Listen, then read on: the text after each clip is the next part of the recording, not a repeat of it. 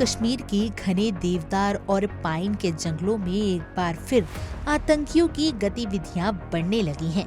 हालिया पहलगांव आतंकी हमले के बाद से ये साफ हो गया है कि हमलावर अब भी इन जंगलों में छिपे हुए हैं। ये इलाके सदियों से आतंकवादियों के लिए शरण स्थली बने हुए हैं, जहां वह सेना की कार्रवाई से बचने के लिए सुरक्षित रहते हैं। कश्मीर के 4 प्रमुख जिलों शोपिया, पुलवामा, कुलगांव और अनंतनाग में फैले ये घने जंगल आतंकियों के लिए आदर्श ठिकाने साबित हो रहे हैं, जहां छिपने और अपनी गतिविधियों को अंजाम देने का उन्हें पर्याप्त अवसर मिल रहा है।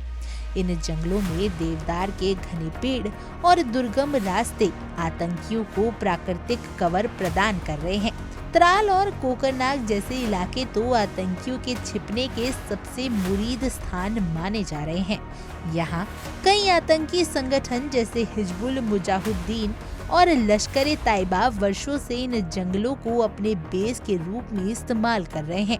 यहाँ तक कि कुख्यात आतंकी बुरहान वानी भी इन जंगलों में छिपा हुआ था। इन जंगलों में आतंकियों की जिंदगी उनके समर्थन में स्थानीय लोगों की मदद से आसान हो रही है। ये लोग राशन, दवाइयाँ और अन्य जरूरी सामान जंगलों में आतंकियों तक पहुँचाते हैं ताकि उनका जीवन चलता रहे। गांव और कस्बों में कई ऐसे घर होते हैं जो आतंकवादियों की मदद करने वाले स्लीपर सेल के रूप में काम करते हैं। इन घरों से आतंकवादी अपने हथियार, स्थान और अन्य सामान इकट्ठा करते हैं। स्थानीय लोगों की मदद से आतंकवादी ड्रॉप पॉइंट्स का इस्तेमाल कर अपने सामान प्राप्त करते हैं। इस प्रकार शोपिया और पुलगांव जैसे क्षेत्र में सेब के बागान और गौशालाएं आतंकवादियों के लिए सुरक्षित ठिकाने बन चुकी हैं।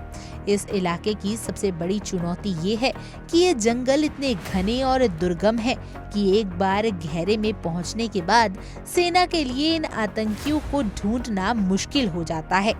आईईडी के हमले जैसे साल 2018 में शोपिया में सैन्य काफिले पर हुआ हमला और साल 2019 में पुलवामा आतंकी हमले के पीछे की रणनीति इन जंगलों के घनेपन और स्थानीय समर्थन का ही परिणाम है।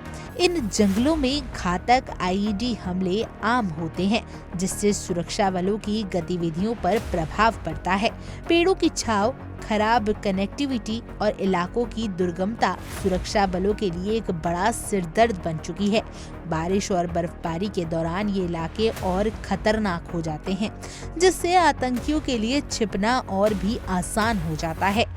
हालांकि स्थानीय लोगों की मदद और कड़ी निगरानी के बावजूद सुरक्षा बलों को आतंकवादियों के खिलाफ कार्रवाई करने में बहुत समय लगता है, जिससे उन्हें भागने का मौका मिल जाता है। इन सब कारणों से कश्मीर के जंगलों में आतंकवादियों के खिलाफ सैन्य कार्रवाई चुनौतीपूर्ण बनी हुई है।